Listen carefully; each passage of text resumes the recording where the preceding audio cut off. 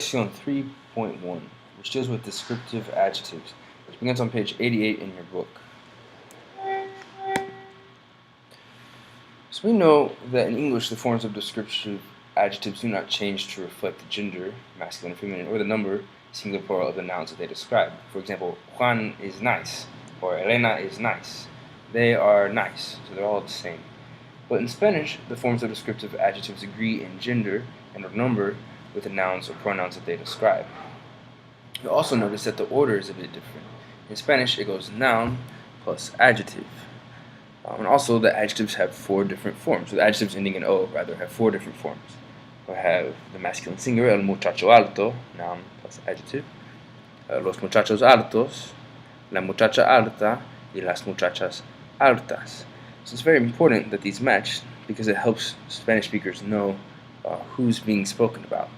If you said something like el muchacha altas, the Spanish speaker or listener will be very confused because they're not sure exactly who you're referring to or who's tall, in this case. So adjectives that end in the letter E or a consonant have the same masculine and feminine forms. Por ejemplo, el chico inteligente y la chica inteligente. Otro ejemplo, el examen difícil or la clase difícil. But they do, however, have different plural forms, which is just you add on these an S and on these an ES. Los chicos inteligentes o las chicas inteligentes. O los exámenes difíciles, las clases difíciles. Adjectives that end in OR are variable in both gender and number. Por ejemplo, el hombre trabajador, los hombres trabajadores, o la mujer trabajadora, las mujeres trabajadoras, means hard working. So if it ends in the letter OR, to make it plural, you just add ES. Or if it ends in ORA, you just add the letter S, like las mujeres trabajadoras. So we use the masculine plural form to refer to groups that include both males and females. Por ejemplo, Manuel es alto, Lola es alta. Manuel y Lola son altos. So these are common adjectives on your book on page 89. I would know these for your quiz and also for the upcoming exam that will be in several weeks. These are very common and they're good to know.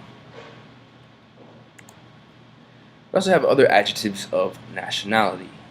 So unlike in English, Spanish adjectives of nationality are not capitalized. Proper names of countries are, however, capitalized. But notice we capitalize the word American, or Spanish or Ecuadorian. But in Spanish, these are all lowercase.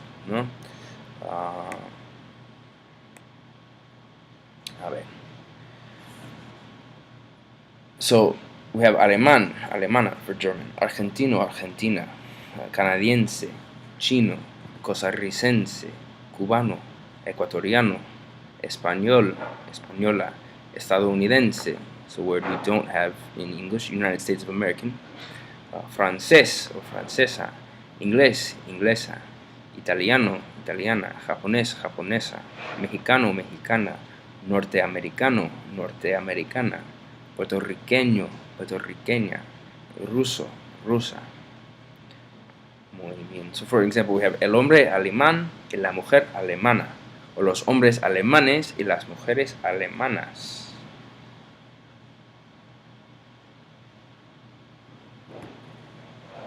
So as I said before, descriptive adjectives and adjectives of nationality generally follow the nouns that they modify. Por ejemplo, el niño rubio es de España, o la mujer española habla inglés. But unlike descriptive adjectives, adjectives of quantity precede the nouns they modify. Por ejemplo, hay muchos libros en la biblioteca. There are many books in the library. Or hablo con dos turistas puertorriqueños. I'm talking with two Puerto Rican tourists. The bueno and malo can appear before or after a noun. When placed before a masculine singular noun, the forms are shortened. Bueno goes to buen, and malo goes to mal. Por ejemplo, Joaquín es un buen amigo, or Joaquín es un amigo bueno. Notice that they mean the same thing, but when bueno is before a singular masculine noun, shortens to buen. If it's after it, it's the full form, which is just bueno. Same thing happens with mal. Hoy es un mal día. Or hoy es un día malo. Today's a bad day. Have the same meaning, but día, singular masculine noun, it becomes mal. When grande appears before a singular noun, it is shortened to gran, and the meaning of the word changes. Gran means great, and grande means big or large. Por ejemplo, Don Francisco es un gran hombre. He's a great man. La familia de Inés es grande. Inés's family is large or big. Otro ejemplo, es gran hombre. He's a great guy, no? Or es un hombre grande. He's a big, large guy.